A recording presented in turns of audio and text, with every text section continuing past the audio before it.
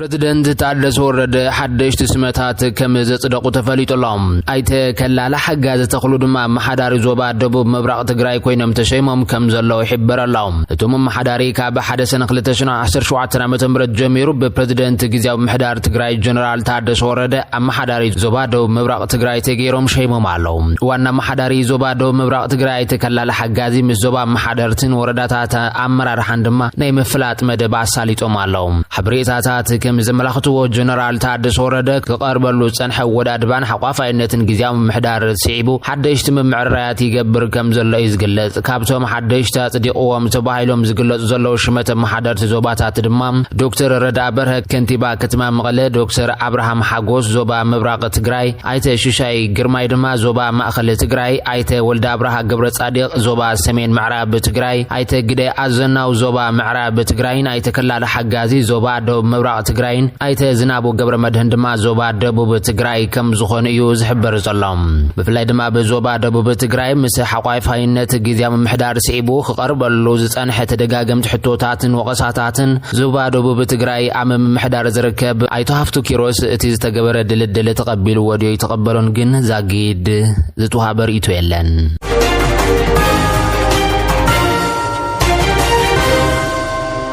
حبريتنا قصلالو بريزيدنت جيبوتي نقدماي منيستر ابي احمد تنقيقو جيبوتي كريميا كمزي كونت نسب مزادي سابا نصيرنا نغيرنا يملنا كبل يتنقيقو زلام اتي تمال ربو بريزيدنت جيبوتي اسماعيل عمر قيله نهلو كنتا زمدنا هاغرو اثيوبيا كمون امرت عرب ملكيتو مس جون افريكا زتبالت مصيهت ابزكيادو المحتت اثيوبيا الوالونت غرباب تهاغرات خبيرا بودبات عسب جيبوتن بربران مقادشون كتكم اندخالت كلا بغلبت مسكوت بحري ጎቦጣን ምክያድ ትሕልኖ ዘላት ጸደፍ ደፍ ድሕር መኹናን ጅቡቲ ክሬሚያ ከምዘ ይኮነት ንሰብ መዚ አዲስ አበባ ነጽርና ነጊርና ያሞለና ክብል መልሲ ይብሎም እታ መጽሄት ኢትዮጵያን ወደብ ታጁራ ክትቀመማ መቅሪብኩም ነርኩም ኣብ ምንታይ በጽሕኩም ክትበልነት ፕሬዝዳንት ኣብ ዝሓተተል እዋን እወ ኢትዮጵያ ንሕና ክንቅበሎ ዘይንኽእል እማመት ሓንጊጡ ዝመጸሉ ኦክሰዲዳትና ኣብ ክንድን ሓበራው ዕቤትን ምዕባልን ዝጠልብ ሲቪላው መዓላም ሳቦታ ድረው መዓላ ዘገልግል መድኳን حيل بحر زغيد كبل مليسولام بريزيدنت عمر قيل نزي قرعو صطتا وفرتات حبرات امرت عربا بزوبانا ون تحاتيتو ابز ملسل وان امرت نتي كونيلو كرم سنا زمصيا بمهناص ودبا زنطف كوبانيا دي بي وورلد شيلنا بزي مقبالنا نهاجرنا هاجرات زوبانا مهوا خبرتي عتعيلا كبل وقيسوم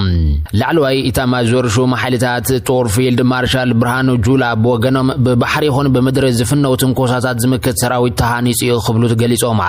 አበባይቶ ወከልት ህዝብ ቋሚ ኮሚቴ ርክባት ወጻን ሰላምን ጻብጻብ በፈዛት ማዕሰር ተዋራህ በጀት ዓመት 2017 ሚኒስተር ምክልኻል ዝገምገም ኮይኖም ፊልድ ማርሻል ብርሃኑ ጁላ ብዘዋን ከምዝበል ወሰራዊት ምክልኻል ሰላምን ድሕነትን ምብራቅ አፍሪካ ብዘላቅነት ንምርጋጽ ብጥመትና ሰርሐ ይርከብ ድሕር መባል ኢትዮጵያ በር ባህርን ከተረክብ ምስ ሃገራት ዞባ በሓባርን መስራሕን በሓባርን ምዕባልን ዘይተሐለለ ጻዕርና ገበረት ከምትርከብ የማልዕሎም ዘሎም ኣብዚ ሕዚ እዋን በባህር ይኹን በመድር ዝፍነውትን ኮሳሳት ዝምክት كم زخنن لولاونت هاجر زخبر سراويت كم زتهانصيم زردوم ሚኒስተር ምክልኻል አይሻ መሐመድ በገደአን አቅም መፍጻመት ተጋል በመጉልባት ሀገርና ህዝብን ካብ ዝኾን ይኹን መጥቃዕት ናይ ምክልኻል ስራሕ በጥመተና ተሰራይ ከም ዝርከብ ድሕር ምግላእ ታማና ዘሎ ነፃን ዘይሸራውን ወተሃደራው ናይ ፍትሕ ዳይነትና ተዋበ ከም ዝኾነን በመሕባር ዘተኣማመን አቅም ሎጂስቲክስ ተሰራዊቱን ወኒኑላ ኸብላ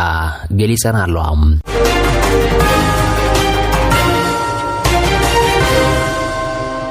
ጋዜጠኛ ተስፋ ዓለም ወልደየስ ካብ ቤት ማእሰርት በዋሕሽ ተፈቲሑ ተባሂሉ ዋና ሰናዳ ኢትዮጵያን ኢንሳይደር ዝኾነ ተስፋ ዓለም ወልደየስ ይግባኝ ሰማዒ ቤት ፍርድ ከተማ አዲስ አበባ ነትናይ ፖሊሲ ይግባኝ በመንጻግ ታሕተዋይ ቤት ፍርድ ጋዜጠኛ ካብ ቤት ማእሰርት ክፈትሖ ዝሃቦ ትእዛዝ ጸዲቆሎም ቀዳማይ ብርክ ቤት ፍርድ ምምሕዳር ከተማ አዲስ አበባ ክፍለ ከተማ ቂርቆስ ምድብ 3 ሰነ 2017 ዓ.ም ጋዜጠኛ ተስፋ ዓለም ወልደየስ በዋሕሽ 15000 ብር ክፍታሕ አዚዙ ነይሮም ተሆነ መርማር ፖሊሲ ይግባኝ በመባል ጋዜጠኛ ተስፋ ዓለም ከይፈትሕ 4 ሰነ 2017 ዓ.ም ናብ ይግባኝ ቤት ፍርድ ምምሕዳር ከተማ አዲስ አበባ ቀሪቦም ይግባኝ ዝብል ቤት ፍርድ ነቲ ታሕተዋይ ቤት ፍርድ ዝሃቦ ትእዛዝ በመድጋፍ ነቲ ጋዜጠኛ ካብ ቤት ማእሰርት ክፈትሖ ከም ዝወሰነ ተፈሊጡ ዘሎም ጠበቃ ናይ ተጠርጡር ኣይተ ቤተ ማርያም አለማየሁ ከም ዝበሎ ፖሊስ ናብ ላዕለዋይ ቤት ፍርድ ዘቅረቦ ይግባኝ ተጠርጡር ኣብ ማእሰርት ክጸንሕ ስለዚ ቃለ በቲ ታሕተዋይ ቤት ፍርድ ዝተዋህቦ ትእዛዝ ወሓዝ ተቀባልነት ረኺቡ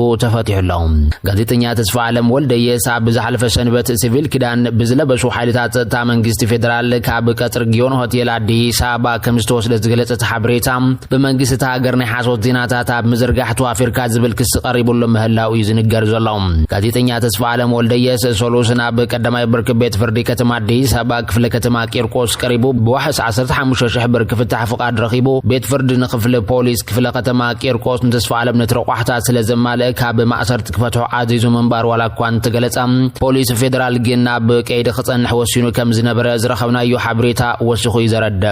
ጋዜጠኛ ተስፋ ዓለም ወነ ብኤሊት ትግራይ ዝዝከር ኣገዳሲ ሞያዊ ተግባር ከም ዝፈጸመ ይንገረሉ ንሱ እቲ ንመጀመርያ ግዜ ኣብ ወርሒ 2013 እዋን ኩናት ትግራይ ህላው ሰራዊት ኤርትራ ንዓለም ዝሓብር ጋዜጠኛ ኮይኑ ኣብ 2013 ኣብ እዋን ኩናት ትግራይ ብዘይ ዝኾነ ይኹን ናይ ጸጥታ ሽፋን ኣብቲ ናይ ዞባ ኩናት ክገይሽ ከሎ ሰራዊት ኤርትራ ኣብቲ ኩናት ከም ዝተሳተፈን እቲ ሰራዊት ናብ ትግራይ ኣትዩ ኣብ ልዕሊ ህዝቢ ሰፊሕ ገፍዒ ፍጽም ከም ዘሎ ንጸብጸበን መራኸብ ብዙሓት ውሽጢ ዓዲ ዘይወዓልኦ ንሱ ሞያዊ ሓላፍነቱ ዝተዋጸአ ጋዜጠኛ ከም ዝኾነ ይንገረሎም ኣብቲ እዋን ብዙሓት ማዕኸናት ዜና ትግራይ ሰራዊት ሻዕብያ ናብ ትግራይ ኣትዩ ሰፊሕ ገፍ እናፈጸመ ከም ዘሎ እኳ ተገለጻ ብዙሓት ሰባት እንኮ እቲ ሓቂ ብውልቁ ዘረጋግጥ ናይ ውሽጢ ዓዲ ጋዜጠኛ እቲ ኢትዮጵያዊ ተስፋ ዓለም ወልደየስ መንባሩ በአድናቆት ይዝከር ብብዙሓት ንሞያኡ ከም እሙን ዝቁጸር ጋዜጠኛ ተስፋ ዓለም ወልደየስ በቤት ፍርዲ ድማ ብዋሕስ 15000 ብር ተፈቲሑ ዘሎ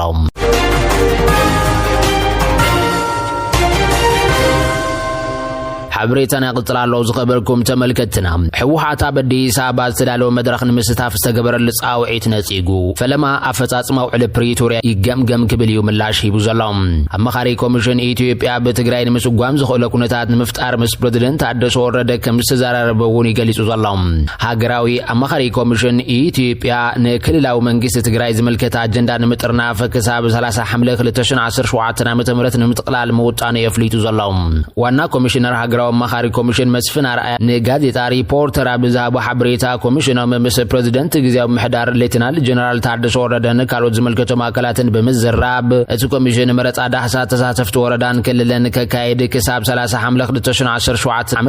ንከካይድ ከም ዝተዘራረበ ተፈሊጡሎም ካብ 22 ክሳብ 24 ጉንበት 2017 ዓ.ም አዲስ አበባ ብዝተኻየደ ምምኽኻር ትካላትን ማሕበራትን ፌደራል ኣብ ዝተኻየደ ፈላማይ ምዕራፍ አጀንዳ ምቕማጥ መራሕቲ ኮሚሽን ምስ ፕሬዝደንት ግዚያዊ ምሕዳር ጀነራል ታደሰ ወረደ ከመወን ዝመልከቶም ወገናትን ንፈለማ እዋናሃና ጽናሳታፍን ዘተካይዶም ክብል ተሓበሬታ ተመልኪቱሎም ብዘይ ተሳትፎ መንግስቲ ትግራይ አሳታፍን ኩሉ ዝሓቁፍን ሃገራዊ ዘተክህሎ ይኽእልን ክብሉ ዋና ኮሚሽነር ምግላጾም ዝከር ኮይኖም ኣብቲ ዘተለ ወቅቶት ኮሚሽን ብዝመልከት ምትእምማን ንምፍጣር ንቐዲምካ ምስ ኣመራርሓ ምርኽኻብ ከም ዘድልን ህዝቢ ነቲ ምምኽኻር ክዳሎ ዝኽእለሉ ኩነታት ብዝመልከት ዝርዝር ከም ዝተኻየደ ይገልጹ ዘሎም ኣብቲ ተመሳሳሊ ቃለ መሕተት ዝጠቐሰ ዋና ኮሚሽነር ቅድሚ 15 መዓልታት ተዕድመን ፖለቲካ ውድባት ክቐርብ እንከሎም ሕወሓት እውን ተዓዲሙ ከም ዝነበረን እንትኾነ ግን ካብ ሕወሓት ዝተዋሃበ ግብረ መልስ ግን ቅድሚት ምምኽኻር ብዛዕባ ተግባር ስምምዕ ፕሪቶሪያ ንምዝታይ ኣድላይ ምዃኑ እዩ ኣዘኻኺሮም ሕወሓት ብተደጋጋሚ ዘልዕሎም ዘለዉ ክስታት ኣብ ልዕሊ ህዝቢ ትግራይ ዝግበር ዘሎ ክልከላ ሸቐጣ ሸቐጥ ነዳድን ኣፈጻጽማ ብውዕል ፕሪቶሪያ ዘይተገምገመን ህዝቢ ትግራይ ደጊሙ ናብ ሓደጋ ከኣቱ ይሰርሐሎ ክብል ተደጋጋሚ ክስታት ምቕራቡ ዝዝከር እዩ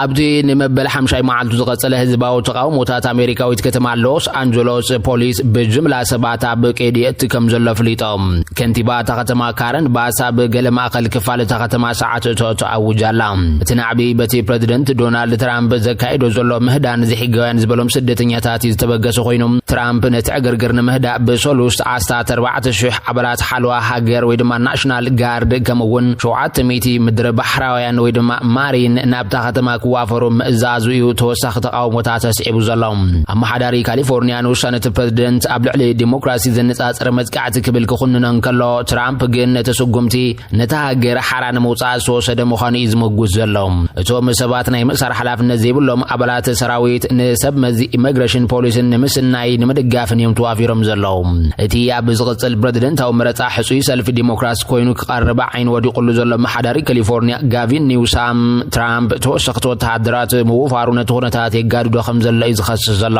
ካሊፎርኒያ ፈላሚት ክትከውን ትኽእል እያ እዚ ጥራይ ዘብቅዕ ከም ዘይኮነ ግን ንጹር ኮይኑሎ ዝበለ ኒውሳም እቲ ዕላማ ዲሞክራሲ ክኸውን ዲሞክራሲ ኣብ ቅድሚ ዓይና ክትጥቃዕ ንርኢ ኣለና ክብል ነቒፉ ናይ ጎማ ጥያይት ብምትኳስ ንተቃውሞታት ምቁጻር ዝፍትን ዘሎ ፖሊስ ኣብቲ ሰዓት እቶ ዝተኣወጀሉ ቦታታት ዝተኣኻኸቡ ሰባት ኣለዉ ዛጊድ ክንደይ ሰባት ኣብ ከይዲ ኣትዮም ከም ዘለዉ እኳ ብንጹር እንተዘይተፈለጡ ብዝሓለፈ ሰሉስ ጥራይ ኣስታት 200 ሰባት ከም ዝተኣስሩ ከንቲባ ሎስ አንጀለስ ጠቂሳ ነይራ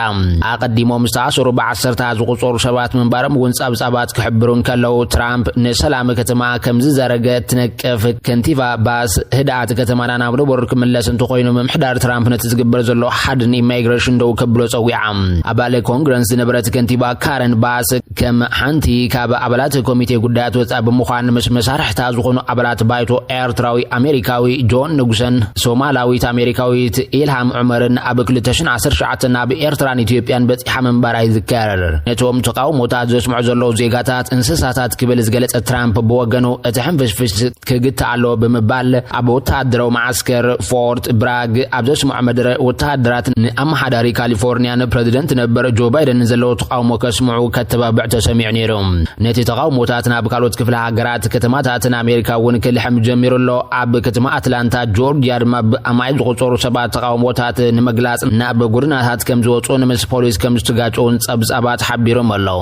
ኣብ ኒውዮርክ ኣብ ዝተኻየደ ተመሳሳሊ ተቃውሞታት እውን ብዙሓት ሰባት ኣብ ከይዲ ኣትዮም ኣለዉ ኣብ ቴክሳስ እውን ነቲ ኣብ ከተማ ሳን አንቶኒዮ ክግበር ዝሕሰብ ዘሎ ተቃውሞታት ምቁጻር ኣመሓዳሪ እታ ክፍለ ሃገር ሰራዊት ሓለዋ ሃገር ናብ ተኸባቢ ክዋፈር እዩ ኣዚዙ ዘሎ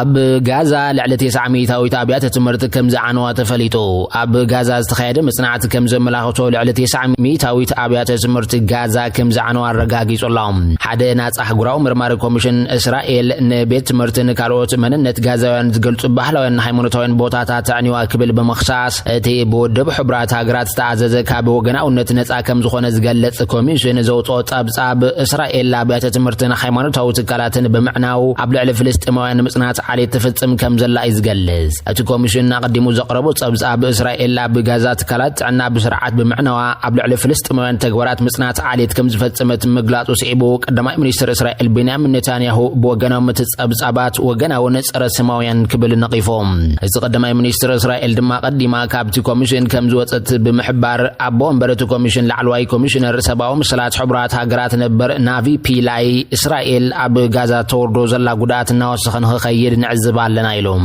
እቲ ኮሚሽን ኣብ ትካላት ትምህርቲ ሃይማኖታውን ባህላውን ቦታታት ዝተፈጸመ መጥቃዕቲ መርሚሩ ምጥዓስ ኣህጉራዊ ሕጊ ከም ዝረኸበ ሮይተርስ ሒዝዎ ዝወፀ ጸብጻብ ተመላኺቱሎም